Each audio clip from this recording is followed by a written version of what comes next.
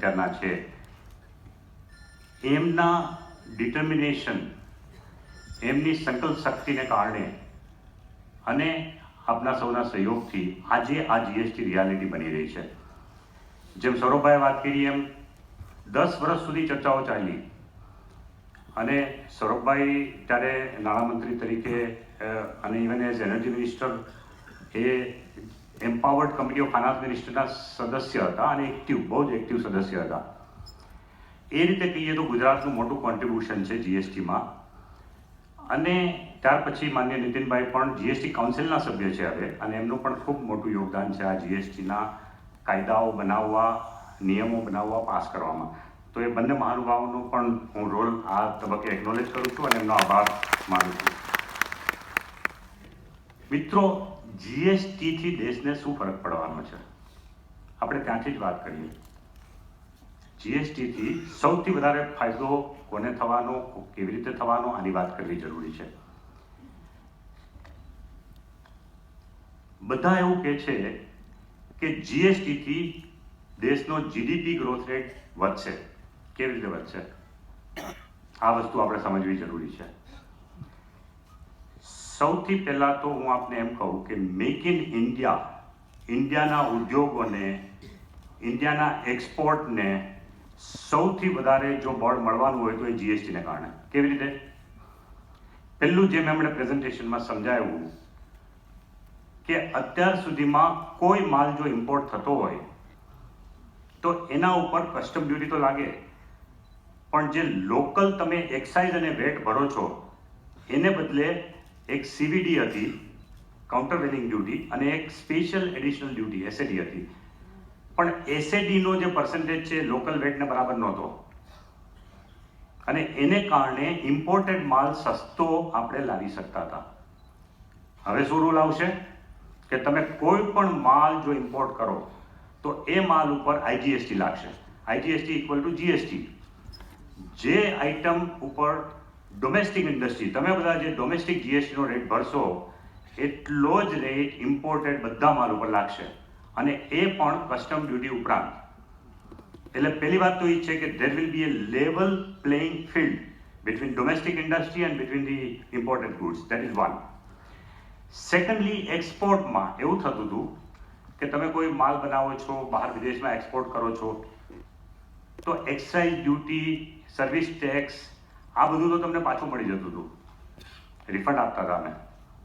પણ કેટલા બધા એવા રાજ્યો હતા કે જે વેટ તમે પે કરેલો હોય એક્સપોર્ટેબલ આઇટમના ઇનપુટ્સમાં, એ વેટનું રિફંડ તમને આપતા નહોતા. ઘણા બધા રાજ્યોમાં એ નહોતા આપતા. અને જે રાજ્યો આપતા હતા એમાં પણ, ઇવન દિલ્હી જેવા રાજ્યમાં 2 વર્ષનું વેઇટિંગ, 2 વર્ષ સુધી રિફંડ ન મળે. તો પછી તમે એક્સપોર્ટ કેવી રીતે કરી શકો? તમે એક્સપોર્ટમાં કોમ્પિટિટિવનેસ કેવી રીતે કેળવી શકો? હવે શું થશે? હવે વેટ જતો રહ્યો, એક્સાઇઝ ડ્યુટી જતી રહી, સર્વિસ ટેક્સ જતો રહ્યો, બધા જ નાના મોટા બધા ટેક્સીસ જતા રહ્યા. શું રહ્યું? જીએસટી. તમે જેટલો જીએસટી એક્સપોર્ટવાળી આઇટમના ઇનપુટ્સ ઉપર ભરશો એ બધો જીએસટી તમને રિફંડ મળી જશે.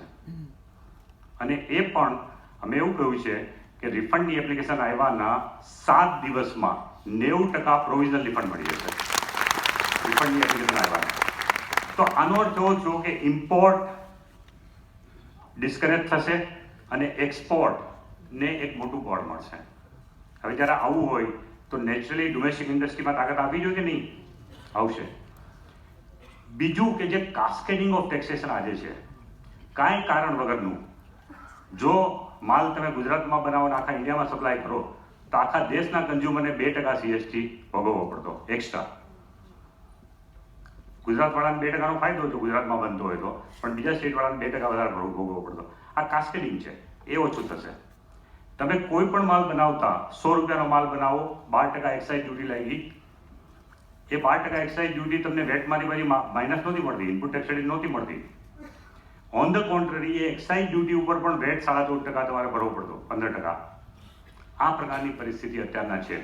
કાસ્કેડિંગ ઓફ ટેક્સેશન, ટેક્સના ઉપર ટેક્સ, એ ટેક્સના ઉપરનો ટેક્સ નીકળી જશે અને એને બદલે હવે સીમલેસલી કોઈ પણ વ્યવહાર તમે કરશો એના ઉપર તમે ખરીદીના સ્ટેજે ઇનપુટ સ્ટેજમાં જે કોઈ જીએસટી ભરી હશે એ તમને પાછી મળી જશે.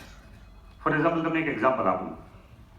તમે માનો લો સર્વિસ પ્રોવાઈડર છો, ચાર્ટર એકાઉન્ટન્ટ છો, એક તમારી મોટી ઓફિસ છે, તમે ઓફિસ લીઝ ઉપર ભાડે રાખી છે, તમે લીઝના પૈસા ભરો છો, ભાડાના પૈસા ભરો છો. કોમર્શિયલ લીઝ ઉપર આજની તારીખે 14.5%, 15% સર્વિસ ટેક્સ ભરવો પડે છે કોમર્શિયલ લીઝ ઉપર. પણ એ લીઝની તમારી જે બીજી કોઈ ટેક્સ, એ સર્વિસ ટેક્સનો લીઝ છે. બીજું તમે કમ્પ્યુટર ખરીદો, લીઝ ઉપરનો સર્વિસ ટેક્સ ઉપરાંત તમે કમ્પ્યુટર ખરીદો તમારા ફોર્મ માટે, તમે સર્વિસ પ્રોવાઈડર છો, સર્વર ખરીદો, ફર્નિચર ખરીદો, એર કન્ડિશનર ખરીદો ઓફિસ માટે. આ બધા ઉપર તમે જે વેટ ચૂકવો છો, એક્સાઇઝ ડ્યુટી ચૂકવો છો, એ તમને તમારામાંથી માઇનસ નથી મળતું. હવે ઇવન સર્વિસ પ્રોવાઈડર જે કોઈ માલની ખરીદી સર્વિસીસ આપવા માટે તેને કરશે, એના ઉપર જે કંઈ જીએસટી ભરશે એની ક્રેડિટ એને મળશે. એટલે એકદમ સરળ થઈ જશે. અને ઉલટું પણ તમે કોઈ પણ ગુડ્સ ઉપર, માન લો તમે મેન્યુફેક્ચરર છો અને મેન્યુફેક્ચરર તરીકે તમે આઉટસોર્સિંગ માટે સર્વિસીસના ઘણા બધા કોન્ટ્રાક્ટ આપેલા છે કંપનીમાં, તો એ સર્વિસ કોન્ટ્રાક્ટ ઉપર તમે સર્વિસ ટેક્સ ભરશો, એ સર્વિસ ટેક્સ પણ તમને આમાંથી માઇનસ મળી જશે, જીએસટીમાંથી ઇનપુટ ક્રેડિટ તરીકે મળી જશે. સો મિત્રો, કહેવાનો મતલબ એ છે કે જ્યારે આવી સરળ પ્રક્રિયા કે જેમાં જીએસટીની સીમલેસ ઇનપુટ ટેક્સ ક્રેડિટ તમને મળવાની, તો એમાં ઉદ્યોગોને સરળીકરણ થઈ જશે, ઉદ્યોગો ઉપર ટેક્સનું ભારણ ઓછું થશે અને એને કારણે આપણને એક જીડીપી ગ્રોથ રેટમાં બળ મળશે.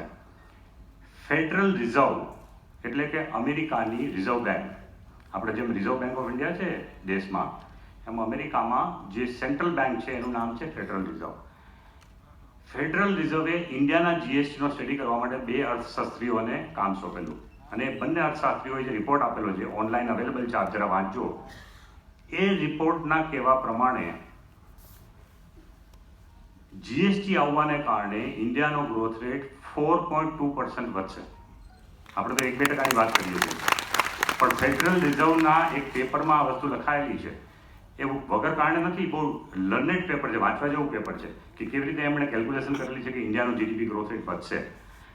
તો એ જે વાત છે એની આપણે ખુશી લેવી જોઈએ કે એવો મહત્વનો ઇકોનોમિક રિફોર્મ દેશમાં આપણે લાવી રહ્યા છીએ કે જેને કારણે દેશની ઇકોનોમીમાં ગતિ વધશે, એકદમ ગતિ વધી જશે.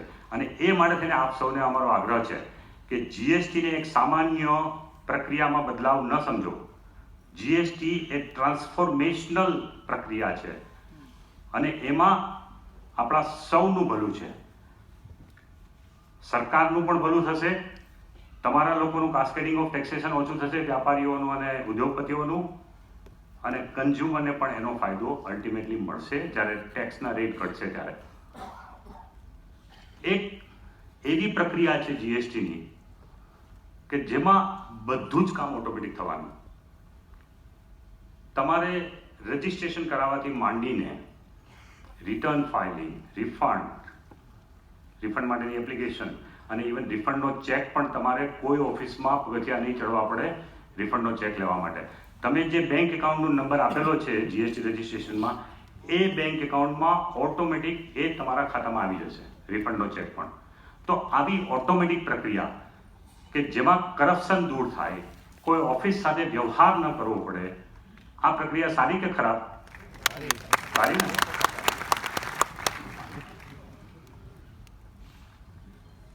તો મિત્રો, જીએસટીમાં જે કેટલાક અંશો જે બહુ ટ્રાન્સફોર્મેશનલ અંશ છે એની હું તમને વાત કરું છું.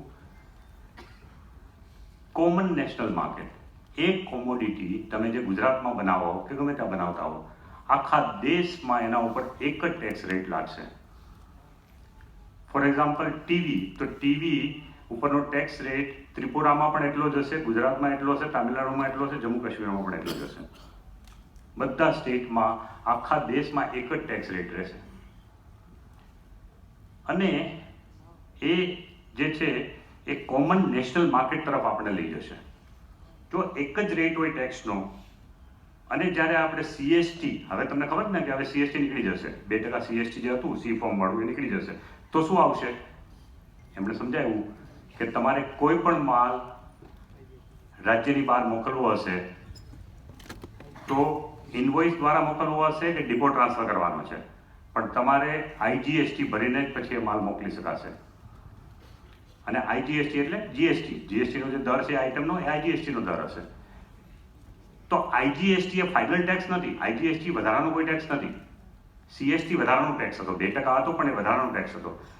આઈજીએસટી તો ઇન્ટ્રીમ ટેક્સ છે. એ ઇન્ટ્રીમ ટેક્સનો ઉપયોગ તમારી જ્યારે બીજા રાજ્યમાં ટેક્સ લાયબિલિટી ઊભી થશે સીજીએસટી અને એસજીએસટી ભરવા માટેની, તો એ તબક્કે તમે આ આઈજીએસટીની ક્રેડિટ લેશો. એટલે આઈજીએસટીમાં કોઈ બેલેન્સ રહેતું જ નથી સરકારના ખાતે. IGST is an interim tax. It is not a final tax. It is not going to create any additional burden on any one of you. It is a mechanism for transfer of tax to the state where the consumption takes place. It is a mechanism. So IGST is not an additional tax. The only tax that is there is GST, 50% of which will go to center, that is called CGST, and 50% of it will go to the state, which is called SGST. So there's only one GST. It is a different thing that half of it goes to center, half of it goes to state, and that's why it is called SGST, CGST.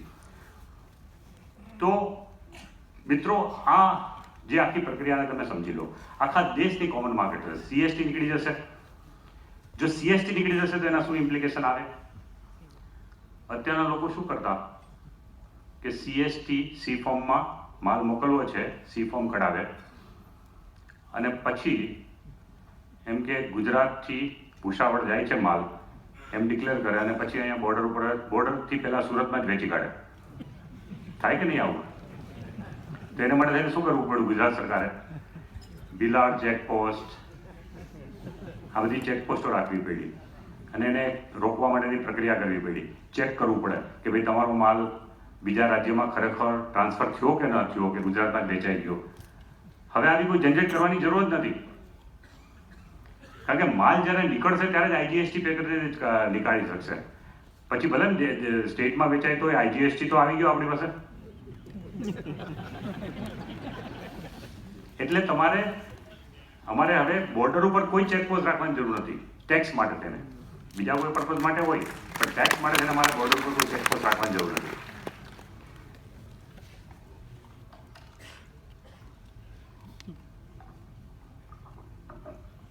તો આ એક મોટામાં મોટો ફાયદો થશે, common national market થશે. અને તમને બધાને ખબર છે કે સ્ટડી એવું કહે છે કે ટ્રકની મુવમેન્ટમાં 33% જેટલો ટાઈમ વેઇટિંગમાં જાય છે સ્ટેટની બોર્ડર ચેકપોસ્ટ ઉપર. 33% જેટલો ટાઈમ. તમે વિચાર કરો કે હજારો લાખો કરોડો ટ્રક દેશમાં મુવમેન્ટ કરે છે, એનો કેટલો બધો હિસ્સો વેસ્ટેજ જાય છે અને એનો કોઈને ફાયદો નથી થતો. ન કન્ઝ્યુમરને ફાયદો થાય છે, ન તમને ફાયદો થાય છે, ન દેશની ઇકોનોમીને ફાયદો થાય છે, વેસ્ટેજ થાય છે. તો એ પ્રકારનો વેસ્ટેજ જ્યારે અટકશે જીએસટીને કારણે, તો કેટલો ફાયદો ઇકોનોમીને થશે એનો વિચાર કરો તમે. એટલે આ બધી વસ્તુને કારણે જીએસટી જે છે એનું મહત્વ છે. મિત્રો, હું જાણું છું કે આપ સૌ ઘણા બધા પ્રશ્ન પૂછવા માટે ઉત્સુક છો. મને નીતિનભાઈ કહ્યું કે લગભગ 150 જેટલા પ્રશ્ન આવ્યા છે રાઇટિંગમાં. બધા પ્રશ્નના જવાબ અમે વેબસાઇટ ઉપર મૂકીશું. હું નીતિનભાઈને વિનંતી કરું કે બધા પ્રશ્ન અમારા અરવિંદસિંહજીને આપે, વાઘેલા સાહેબને આપે અને એના જવાબ તૈયાર કરી અને અમે એમના વેબસાઇટ ઉપર, અમારા વેબસાઇટ ઉપર મૂકીશું. ઓકે? એટલે તમે વેબસાઇટ ઉપર એના જવાબ જોઈ લેજો. પરંતુ હું જાણું છું શું પ્રશ્ન આવવાના છે, તમારા મનમાં શું પ્રશ્ન છે, અને મેં જોયા પણ છે એમાંથી. એ બધા પ્રશ્નનો જવાબ હું કવર કરી લેવા માંગુ છું. અને ત્યાર પછી પણ જો તમારા મનમાં કંઈ પણ એવો બહુ જ મહત્વનો પ્રશ્ન હોય કે જે પૂછ્યા વગર તમે રહી ન શકો એમ હો, તો પછી તમે મને પૂછજો. ઓકે? મેઇન જે પ્રશ્ન આવે છે એ બધા પ્રશ્નોમાં જે મુખ્ય છે, એક તો આવે છે કે ટ્રાન્ઝિશન પ્રોસેસ કેવી રીતે પૂરી થશે. ટ્રાન્ઝિશન પ્રોસેસ એટલે શું? કે તમારી પાસે 30મી જૂને જે માલ પડેલો હશે, તમે વ્યાપારી છો, ડિસ્ટ્રીબ્યુટર છો, મેન્યુફેક્ચરર છો, રિટેલર છો, તો તમારી પાસે જે માલ 30મી જૂને પડ્યો હશે એ માલ ઉપર તમે વેટ ભરી ચૂક્યા છો. એ માલ ઉપર એક્સાઇઝ ડ્યુટી પણ કોઈક માણસે ભરેલી છે, તમે ન ભરી હોય, પણ તમે તો હોલસેલર પાસેથી લીધી, તમે રિટેલર છો તો તમે હોલસેલર પાસેથી લીધી, પણ એ આઇટમના મેન્યુફેક્ચરરે એક્સાઇઝ ડ્યુટી પણ ભરેલી હશે.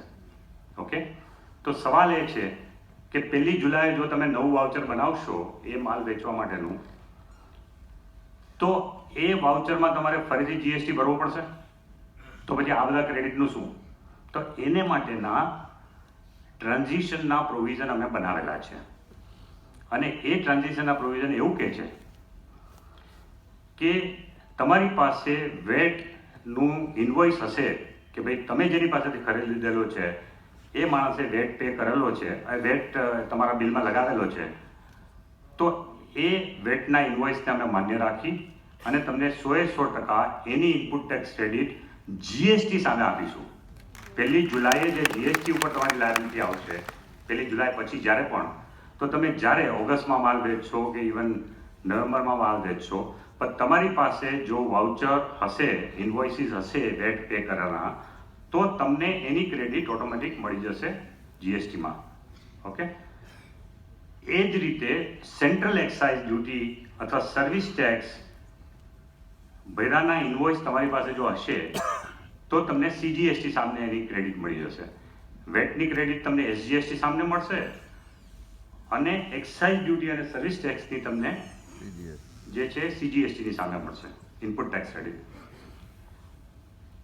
હવે સવાલ એવો છે કે જો તમારી પાસે વાઉચર ન હોય તો શું? અને એવું બનવાનું ને ઘણી વાર બનશે, કારણ કે એક્સાઇઝના કેસમાં ખાસ કરીને, વેટમાં તો કોઈ એવો પ્રશ્ન નથી. વેટમાં તો હોલસેલરથી રિટેલર સુધી જાય તો પણ વેટનો આંકડો બતાવશે એમાં કે આના ઉપર આટલો વેટ ભરીને તમને આપ્યું છે, એટલે વેટમાં કોઈ પ્રશ્ન નથી એસજીએસટીની ક્રેડિટમાં. પણ સેન્ટ્રલ ગવર્મેન્ટના જે ટેક્સીસ છે, એક્સાઇઝ ડ્યુટી અને service tax, a multiple stage ઉપર ન પણ થયા હોય, જે ડિસ્ટ્રીબ્યુશન ચેનલના મલ્ટિપલ સ્ટેજમાં નથી લગાડતા. અમે ખાલી મેન્યુફેક્ચરિંગ સ્ટેજ ઉપર એક્સાઇઝ ડ્યુટી લગાવીએ છીએ. એટલા માટે થઈને ડિસ્ટ્રીબ્યુટર પાસે તો હશે, પણ ડિસ્ટ્રીબ્યુટરથી આગળ હોલસેલર અથવા તો રિટેલર પાસે એના વાઉચર ન પણ હોય, તો શું કરવાનું? તો એવા કેસમાં પણ અમે એવું પ્રિઝ્યુમ કરીને ચાલીએ છીએ કે 40% એમાંથી તમને મળશે. સો પ્રિઝમ્પટિવ ઇનપુટ ટેક્સ ક્રેડિટ 40%ની મળશે એમાં, એવું અમે કહેલું છે. હવે આના વિશે લોકો એવું કહે છે કે ભાઈ 40% શા માટે? એક્સાઇઝ ડ્યુટી તો પૂરી ચૂકવાઈ હશે જે તે સ્ટેજ, અમારી પાસે ખાલી વાઉચર નથી. આનો શું રસ્તો કરવો એ પ્રશ્ન વારંવાર આવે છે.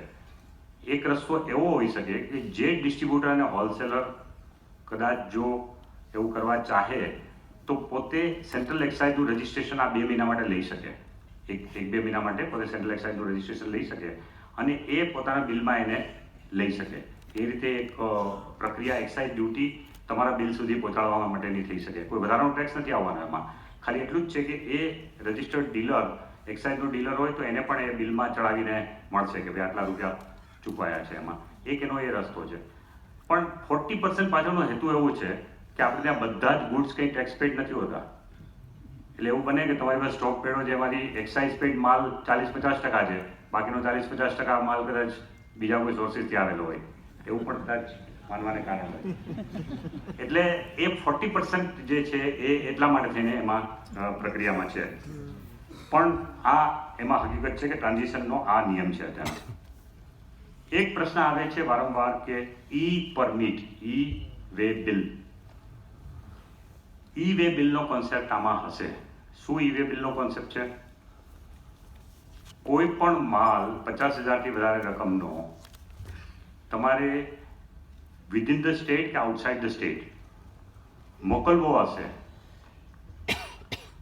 તો જીએસટીએનના વેબસાઇટ ઉપર જઈને તમારે એક બેઝિક ડિટેલ આપવાની કે આ માલ ક્યાંથી નીકળવાનો, કઈ જગ્યાએ જાય છે, કઈ પાર્ટીના નામે ટ્રાન્સફર થઈ રહ્યો છે અથવા તમારા પોતાના ડિપો ઉપર ટ્રાન્સફર થઈ રહ્યો છે, એ રિસીવરનો જીએસટીઆઈન નંબર શું છે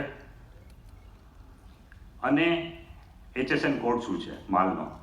આટલી બેઝિક ડિટેલ સાથે તમારે એક ઈ વે બિલ જનરેટ કરવું પડશે. ઓનલાઈન જનરેટ થઈ જશે. અને આ ઈ વે બિલ એટલે શું છે? It is not a physical copy of a bill. It is like a unique identification number તો ઈ વે બિલનો એક યુનિક નંબર મળશે, એ જનરેટ કરશે કમ્પ્યુટર. એ નંબર તમે SMS ઉપર તમારા ડ્રાઈવરને, ટ્રાન્સપોર્ટરને મોકલી આપો. એ ઈ વે બિલ નંબર જે છે એ ડ્રાઈવરે હંમેશા પોતાની પાસે રાખવો પડે, જેટલો માલ લઈ જતા હોય એનો, ડ્રાઈવર અથવા ટ્રાન્સપોર્ટર જે હોય એને. તો રસ્તામાં ગમે ત્યાં ચેકિંગ થાય તો એ યુનિક નંબર આપવો પડે. આનો ફાયદો શું છે કે કદાચ તંત્રને કોઈ જગ્યાએ એવું ચેકિંગ કરવું હોય અને જો બિના ટેક્સનો માલની અવન જવન થતી હોય અને એને રોકવી હોય તો આ જ એક રસ્તો છે આપણી પાસે. અને એ યુનિક આઈડેન્ટિફિકેશન નંબર તંત્ર પાસે હેન્ડ હેલ્ડ ડિવાઇસમાં એ જેવું એન્ટર કરશે, આવડી કમસથી હેન્ડ હેલ્ડ ડિવાઇસ હો, તો એની બધી ડિટેલ એ અધિકારી પાસે આવી જશે કે આ માલ ભાવનગરથી નીકળ્યો છે, બરોડા જઈ રહ્યો છે, આ પાર્ટી GSTI નંબર છે એનો, આ બધી વિગત એની પાસે આવી જશે. અને કમ્પ્યુટરમાં અમે કદાચ ચેકિંગ ન પણ કરીએ તો પણ કયા ગુડ્સ ક્યાંથી કોની પાસે ગયા એનો આખો ઇલેક્ટ્રોનિક ટ્રેલ કમ્પ્યુટરમાં ઊભો થશે. એની પાછળનો હેતુ એવો છે કે ટેક્સની ચોરી કોઈ કરે નહીં. It is unfair. ઓનેસ્ટ લોકો ટેક્સ પેઇડ માલ વેચવાની કોશિશ કરે ત્યારે ગ્રાહકો લે નહીં, કારણ કે મોંઘો પડે છે. અને બિના ટેક્સનો માલ, બિના ઇન્વોઇસનો માલ લોકો ખરીદવા માટે પ્રેરિત થાય એવી કોઈ સિસ્ટમ જ આપણે રાખવી નથી. We want A clean economy. We want A clean economy. અમુકને ફાયદો થાય, અમુકને ગેરફાયદો થાય, ઓનેસ્ટ વેપારીઓને સફા કરવું પડે, એનો કોઈ અર્થ જ નથી. અને આમ કરવા માટેનું આ એકમાત્ર સાધન છે ઈ વે બિલ. પહેલાં તો આવું થતું હતું આપણે ત્યાં કે ભાઈ ઇન્વોઇસ સાથે માલ મોકલે ટ્રાન્સપોર્ટમાં, રસ્તામાં જો કોઈ ચેકિંગ આવ્યું તો રેકોર્ડ ઉપર લઈ લે, રસ્તામાં ચેકિંગ ના આવ્યું તો માલ જેવો પહોંચ્યો એવું ઇન્વોઇસ ફાડીને ફેંકી દે. કરીએ કે નહીં આપણે આવું? તો પછી આ બધું રોકવા માટે કોકે તો કંઈ કરવું પડે ને. તો આપણે ઓનેસ્ટ વેપારીઓએ બધાએ આ વાતને સમર્થન આપવાનું છે ઈ વે બિલને. એમાં નાની મોટી મુશ્કેલીઓ હશે, અમે દૂર કરીશું. ફોર એક્ઝામ્પલ, એમાં એક પ્રપોઝલ એવું બહુ સરસ આવેલું છે અને નીતિનભાઈ અને બીજા ફાઇનાન્સ મિનિસ્ટરો નક્કી કરશે, અમારી શ્રીનગરની મિટિંગ છે 18-19મી, એમાં કે એક્ઝેમ્પ્ટ ગુડ્સને તમે ઈ પરમિટમાંથી મુક્તિ આપો. માન લો તમે અનાજ તો ટન્સ એન્ડ ટન્સ આમથી તેમ ચાલતું જ હોય. હવે અનાજ ઉપર કોઈ ટેક્સ ના હોય તો પછી તમારે ઈ વે બિલ પરમિટ જનરેટ કરવાની જરૂર નહીં. દૂધ, મિલ્ક ઉપર કોઈ ટેક્સ ના હોય તો મિલ્ક ઉપર તમારે આ બધું જનરેટ નહીં રાખવાની. સારું સજેશન છે, કાઉન્સિલમાં આપણે લઈ જઈશું અને જરૂરી ફેરફાર જે કંઈ કરવાના હશે કરીશું આપણે. પણ 50,000ની લિમિટ છે, એમાં પણ કોઈ સુઝાવ છે કે ભાઈ 50,000 બહુ ઓછું પડે તો થોડું વધારે હોય તો વધારે સારું. અચ્છા, ઇન્સિડન્ટલી આઈ મે ટેલ યુ કે માલ અનરજિસ્ટર્ડ સપ્લાયર મોકલતો હોય કે રજિસ્ટર્ડ, બધાએ કરવાનું છે આનું રજિસ્ટર. આ જે ઈ વે બિલ જે છે એ ઓનલી થિંગ ઇઝ કે 3માંથી કોઈ પણ કરી શકે. કન્સાઇનર, માલ મોકલનાર પણ કરી શકે ઈ વે બિલનું જનરેટ કરવાનું કામ. માલ જે રિસીવ કરી રહ્યો છે એ અગર મોટો સપ્લાયર છે તો he can also enter it. Phone ઉપર વાત થઈ જાય કે ભાઈ હું આ માલ મોકલું છું, આ બધી ડિટેલ છે, તમે એમાં એન્ટર કરી દો. કન્સાઇની, તો કન્સાઇની પણ એને ઈ વે બિલમાં એન્ટર કરી શકે. અને જો આ બેમાંથી કોઈને ન કરવું હોય તો ટ્રાન્સપોર્ટર પણ કરી શકે. આ ત્રણેય ઉપર અમે સુવિધા રાખેલી છે કે 3માંથી કોઈ પણ કરી શકે. એ રીતની આ એક સુવિધા છે. અને એમાં પાર્ટ એ અને પાર્ટ બી છે. પાર્ટ એ વેપારી ભરે, પાર્ટ બી ટ્રાન્સપોર્ટર ભરે. પાર્ટ બીમાં શું ભરવાનું છે? Truck number. કારણ કે તમે માલ મોકલો, ટ્રાન્સપોર્ટમાં ગયો અને કઈ ગાડીમાં ચડવાનું છે તો તમને ખબર નથી, એટલે તમે પાર્ટ એ જનરેટ કરો અને ટ્રાન્સપોર્ટરને મોકલી આપો. ટ્રાન્સપોર્ટર એમાં ખાલી ટ્રક નંબર, ગાડી નંબર એ બધું નાખીને પાર્ટ બી ભરીને આગળ જવા દેશે. તો આ રીતની એમાં વ્યવસ્થા છે. ઓકે. એક પ્રશ્ન આવે છે કે જોબ વર્ક. ઘણી બધી ઇન્ડસ્ટ્રીમાં જોબ વર્ક, ખાસ કરીને હું સુરત આજ સવારે ગયો હતો તો સુરતમાં આ મોટો પ્રશ્ન છે કે જે ટેક્સટાઇલની આખી પ્રક્રિયા છે એમાં વિવિંગ પછી અનેક તબક્કામાંથી ફેબ્રિક છે એ પાસ થાય છે. અનેક તબક્કામાંથી એને પ્રિન્ટિંગમાં જાય, ડાઇંગમાં જાય, પ્રોસેસિંગમાં જાય. આ બધી વસ્તુઓ અનેક જોબ વર્કના તબક્કા હોય છે. જોબ વર્ક માટે થઈને બહુ સ્પષ્ટ પ્રોવિઝન છે કે તમે કોઈ પણ માલ જોબ વર્કમાં મોકલી શકો, 1 વર્ષની અંદર પાછો આવવો જોઈએ એ માલ. જો 1 વર્ષની અંદર પાછો આવી જાય તો એ માલ ઉપરની પૂરી જવાબદારી રજિસ્ટર્ડ સપ્લાયર, માન લો હું મોટો મિલર છું અને હું જોબ વર્ક કરવા માટે બહાર મોકલું છું, તો બધી જ ટેક્સ ભરવાની જવાબદારી મેઇન રજિસ્ટર્ડ સપ્લાયરની છે, નહીં કે જોબ વર્કરની. જોબ વર્કરે કશું કરવાનું નથી. જોબ વર્ક માટેની પણ આમાં પેલી જોગવાઈ છે. અને એટલું જ નહીં, પણ મેં જોબ વર્ક માટે મોકલું, હું કંઈ કપડું ટ્રાન્સફર નથી કરતો, ફેબ્રિક નથી એને નામે ટ્રાન્સફર કરતો, હું ખાલી એને જોબ વર્ક કરવા મોકલું છું. તો કપડું જ્યારે પાછું આવે ત્યારે મને એના ઉપર જે ટેક્સ મેં પે કરેલો છે એ ટેક્સની ઇનપુટ ટેક્સ ક્રેડિટ લાયબિલિટી પણ પૂરેપૂરી મળશે. એટલે એ બાબતમાં કોઈ ચિંતા કરવાની જરૂર નથી. જોબ વર્ક માટેનો આ પ્રોવિઝન. જોબ વર્કરને પોતે કોઈ હિસાબ રાખવાની જરૂર નથી. રજિસ્ટર્ડ સપ્લાયરે હિસાબ રાખવો પડશે કે મેં કેટલો માલ જોબ વર્કરને મોકલ્યો, કેટલો પાછો આવ્યો, એ બધી વસ્તુની હિસાબ કિતાબ રજિસ્ટર્ડ સપ્લાયરે રાખવો પડશે. પણ જોબ વર્કર પોતે કમિશનથી અથવા તો સર્વિસ ચાર્જ લઈને જે ટર્નઓવર કરે છે જોબ વર્કનું, એ ટર્નઓવર એનું પોતાનું, જે એને કમિશન મળે છે, એને જે સર્વિસ ચાર્જ મળે છે જોબ વર્ક કરવા માટે, એ કમિશનનું ટર્નઓવર જો 20 લાખથી વધશે વર્ષે, તો એનું પણ પોતાનું રજિસ્ટ્રેશન એને કરાવવું પડશે. એ જો જોબ વર્કરનું પોતાનું, કારણ કે એનું પોતાનું સર્વિસનું ટર્નઓવર 20 લાખથી વધી ગયું ને, એટલા માટે એને ફાયદો થશે, એને એ કરાવવું પડશે. એક વાત આવે છે કે જે પ્રક્રિયા છે રિટર્ન ફાઇલિંગની, એક બહુ જ મોટો દુષ્પ્રચાર ફેલાવવામાં આવી રહ્યો છે કે જીએસટીમાં એક વ્યક્તિએ વર્ષમાં 37 રિટર્ન ભરવા પડશે. 37. કેવી રીતે ગણતરી કરે છે? જીએસટીઆર 1, 2, 3, 3 રિટર્ન મહિને ભરવાના, એટલે 12 36 અને એક એન્યુઅલ રિટર્ન, 37 રિટર્ન. આ બિલકુલ બોગસ વાત છે. રિટર્ન ફાઇલિંગની જે પ્રક્રિયા જીએસટીમાં છે એનાથી તમારું પેપર વર્ક ઝીરો થઈ જવાનું છે.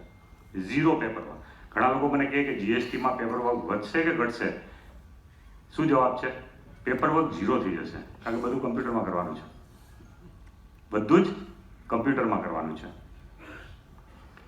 સૌથી પહેલા તો એ વસ્તુ સમજી લઈએ આપણે કે રજિસ્ટર્ડ સપ્લાયર તમે ત્યારે જ બનશો જ્યારે 20 લાખથી તમારું ટર્નઓવર વધારે હોય. ઓકે, પહેલું. એમાં પણ 20 લાખથી 50 લાખ વચ્ચે જો તમે કમ્પોઝિટ સ્કીમના અધિકારી હો, composite scheme, compounding composite scheme જેને કહીએ છીએ, કોને મળે છે કમ્પોઝિટ સ્કીમ? 3 લોકોને: ટ્રેડર, મેન્યુફેક્ચરર, એમએસએમઈ, અથવા સર્વિસ સેક્ટરમાં માત્ર રેસ્ટોરન્ટને. સર્વિસ સેક્ટરમાં બીજા કોઈને કમ્પાઉન્ડિંગ સ્કીમ નથી મળતી. તો 20 થી 50 વચ્ચે, 50 લાખનું વાર્ષિક જો ટર્નઓવર વચ્ચે તમારું ટર્નઓવર હોય અને તમે આ કેટેગરીમાં આવતા હોય તો દર 3 મહિને માત્ર તમારે ટોટલ ટર્નઓવર રેટ વાઇઝ કે 5% માલ કેટલો વેચ્યો, 12% વાળો માલ કેટલો વેચ્યો, 18% માલ કેટલો વેચ્યો, આ ટોટલ ટર્નઓવરની જ માત્ર ડિટેલ 3 મહિને એકવાર આપવાની છે. હવે આમાં શું મોટું કમ્પ્લાયન્સ બર્ડન છે કહો, કમ્પોઝિટ સ્કીમમાં? અને જો કમ્પોઝિટ સ્કીમમાં તમે નથી, તમે માન લો રિટેલ શોપ ચલાવો છો હાર્ડવેરની, અને તમારી હજારો આઈટમ હોય છે કે જે તમે રોજ વેચો છો. ઓકે, પણ તમારું ટર્નઓવર વર્ષે 1 કરોડ રૂપિયા છે, 1.5 કરોડ રૂપિયા છે, 10 કરોડ રૂપિયા છે વર્ષે, કાંઈ વાંધો નહીં. કમ્પ્લાયન્સ બર્ડન શું તમારા ઉપર? કશું જ નહીં. અગેન, તમે B2C સપ્લાયર છો. B2C means business to consumer. તમે રિટેલમાં કન્ઝ્યુમરને ડાયરેક્ટ માલ આપો છો, માટે તમારે માત્ર રેટ વાઇઝ ટોટલ ટર્નઓવર દર મહિને આપવાનું છે. તમારે એમાં ઇનવોઇસ વાઇઝ ડિટેલ આપવાની નથી. Please understand. જે માણસો B2Cમાં છે, B2Cમાં બિઝનેસ ટુ કન્ઝ્યુમર, કે જે ડાયરેક્ટ રિટેલમાં વેચે છે, એને ઇનવોઇસ વાઇઝ ડિટેલ રિટર્નમાં આપવાની બિલકુલ જરૂર એટલા માટે નથી કે જેને તમે વેચો છો એને એની ઇનપુટ ટેક્સ ક્રેડિટ લેવાની નથી. ખરું ને? જે માણસ ખરીદે છે એ કન્ઝ્યુમર છે, એને ઇનપુટ ટેક્સ ક્રેડિટ લેવાની નથી. ફાઇનલ સ્ટેજ ઓફ ટેક્સેશન છે, એટલા માટે તમારે ડિટેલ આપવાની જરૂર નથી ઇનવોઇસ વાઇઝ. માત્ર રેટ વાઇઝ ટર્નઓવર, કે 5%ની આઇટમનું ટર્નઓવર કેટલું થયું, 12%ની આઇટમનું ટર્નઓવર કેટલું થયું, એ તમારે એમાં આપવાનું છે રિટર્નમાં દર મહિને. એટલે 90% લોકો તો B2C છે, બિઝનેસ ટુ કન્ઝ્યુમર છે, રિટેલર છે, તો એ લોકોને ક્યાં કમ્પ્લાયન્સ બર્ડન આવવાનું છે? માત્ર આટલું જ એમને લખવાનું છે, ટોટલ ટર્નઓવરની ડિટેલ આપવાની છે. પછી વાત રહી લિમિટેડ 10% લોકો કે જે લોકો B2B બિઝનેસ કરે છે. અને B2B મતલબ બિઝનેસ ટુ બિઝનેસ. અને બિઝનેસ ટુ બિઝનેસમાં કારણ કે તમારે ઇનપુટ ટેક્સ ક્રેડિટ પેલા માણસને ટ્રાન્સફર કરવાની છે, માટે તમારે એની દરેક ઇન્વોઇસની ડિટેલ રાખવાની છે. અને એ ઇન્વોઇસ વાઇઝ ડિટેલ તમારે ચડાવવાની છે રિટર્નમાં, GSTR 1માં. પણ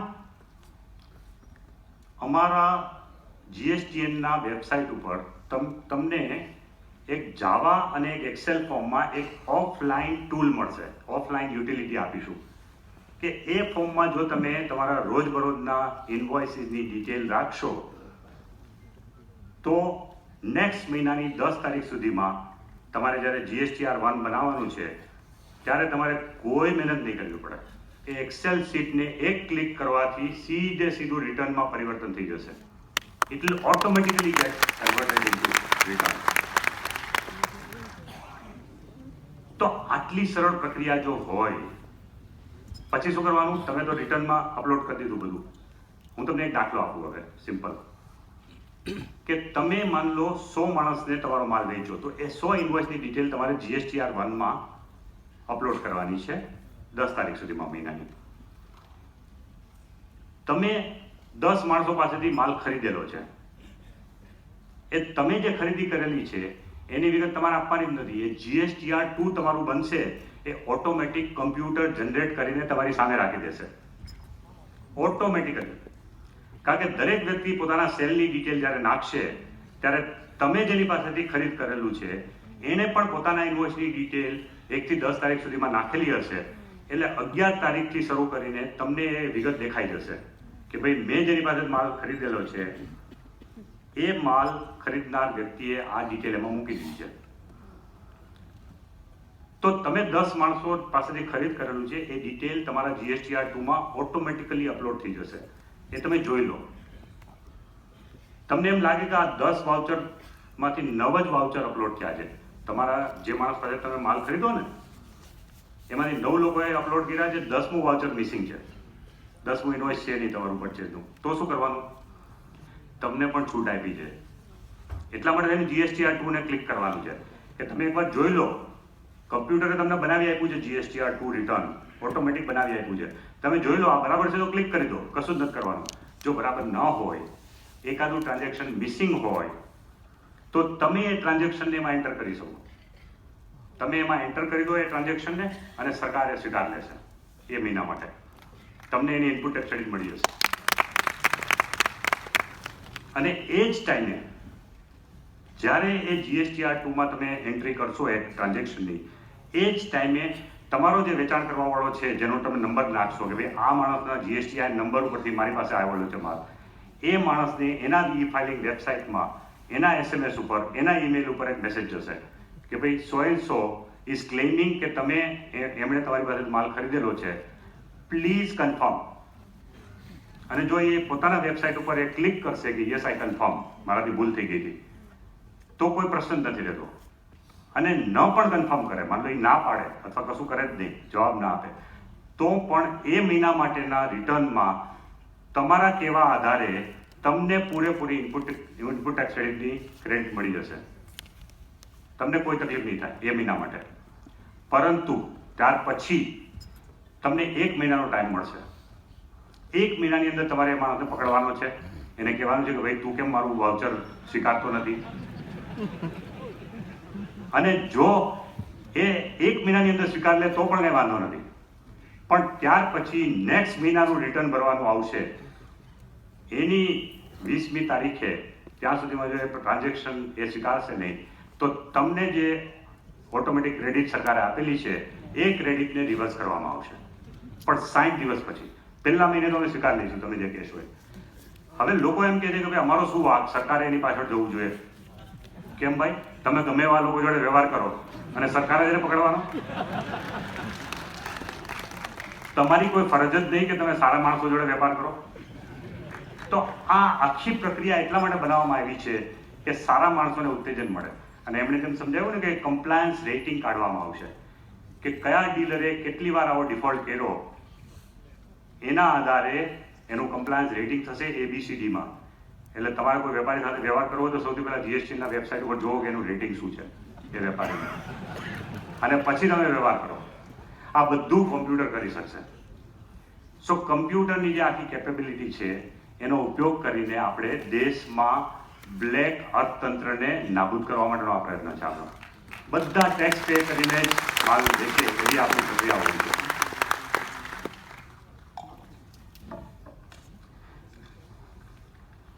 અને પછી GSTR3 શું છે? તમે GSTR2 ક્લિક કરી દીધું, પરચેઝની આઈટમ બરાબર ઓકે છે. 15 તારીખ સુધીમાં 16મી તારીખે તમારી ઓટોમેટિક GSTR3 જનરેટ થઈને આવી જશે કે ભાઈ આટલા તમારા સેલ્સ ઇન્વોઇસ છે, આટલા પરચેઝ ઇન્વોઇસ છે, આટલી તમારી આઉટપુટ ટેક્સ લાયબિલિટી છે, આટલી તમને ઇનપુટ ટેક્સ ક્રેડિટ મળી છે, અને બાકીના રૂપિયા આટલા છે એટલા તમે ભરી દો. તો એ 5 દિવસની અંદર તમારે એટલા પૈસા ભરી દેવાના. પૈસા ભર્યા પછી જ તમે GSTR3 ને ક્લિક કરીને આગળ જવા દેશો કમ્પ્યુટર ઉપર.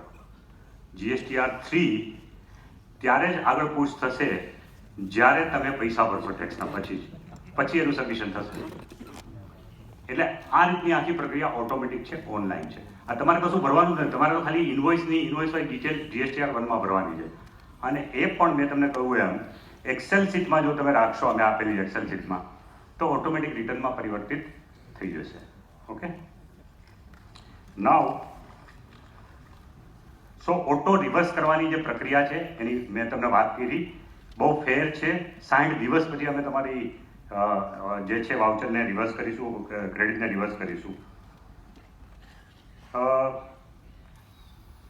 કમ્પ્લાયન્સ બર્ડનની પણ વાત થઈ ગઈ, આપણે MSME માટે છે ને એ પણ વાત થઈ ગઈ. I think I have covered most of the points. હવે તમારા કોઈ એવા 2, 3, 4 કોઈ ટ્રિકી ક્વેશ્ચન હોય તો મને કહો, અને પછી I have to leave at 7 o'clock, 7:15, કારણ કે 8:30ની ફ્લાઇટ છે. So if there any questions, I am willing to have them now. Questions કંઈ હોય તો જરા આપો માઇક. યસ, હા.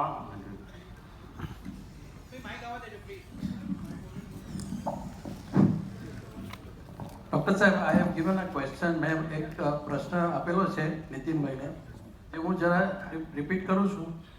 તમે કહો છો ચેકપોસ્ટ નહીં હોય, પણ અમારે જ્યારે મટીરિયલ ઓર ઇક્વિપમેન્ટ જતા હોય ક્રોસિંગ ધ બોર્ડર, શું કોઈ ક્રોસ કરે બોર્ડર કોઈ પણ, હા, તો there will not be any inspector કે કોઈ ચેક નહીં કરે? નો, નાઉ there is no need. Checkpost ઉપર કોઈ બોર્ડર ઉપર કોઈ ચેકપોસ્ટ રાખવાની જરૂર નથી. So there is no detention of the equipment no no, going on that. તમે IGST માલ ભરીને પછી મોકલશો, પછી અમારે ચેકપોસ્ટ ઉપર જોવાની શું જરૂર છે? ઓકે. અને સાહેબ બીજા એક બે થોડા ડિટેલ છે which I have given, which we'll put on our website. There are long questions. એવું આપણે મુકાવી દઈશ. So since somebody else might have a question. Okay, ચલો. સર, મારો એક ક્વેશ્ચન છે કે GSTમાં ઘણી બધી સિસ્ટમો, સારી સિસ્ટમો ડેવલપ થાય છે. હોનેસ્ટ જે કંઈ ડીલર હોય એને ફાયદો થાય. ઇવન SSCને પણ માની લો કે એને ડિલે થયું તો ઇન્ટરેસ્ટ ચાર્જ કરવાનો થાય છે. તો મારા હિસાબે એક નોટિફિકેશનની જરૂર છે કે ગવર્મેન્ટ જો કોઈ કોમ્પ્લાયન્સ ના કરે તો અલ્ટિમેટલી SSCના ખાતામાં એના પૈસા જમા થાય, અને જો આવું કંઈ થાય તો દેશમાં ઘણો સુધારો થાય. આપનું શું મંતવ્ય છે?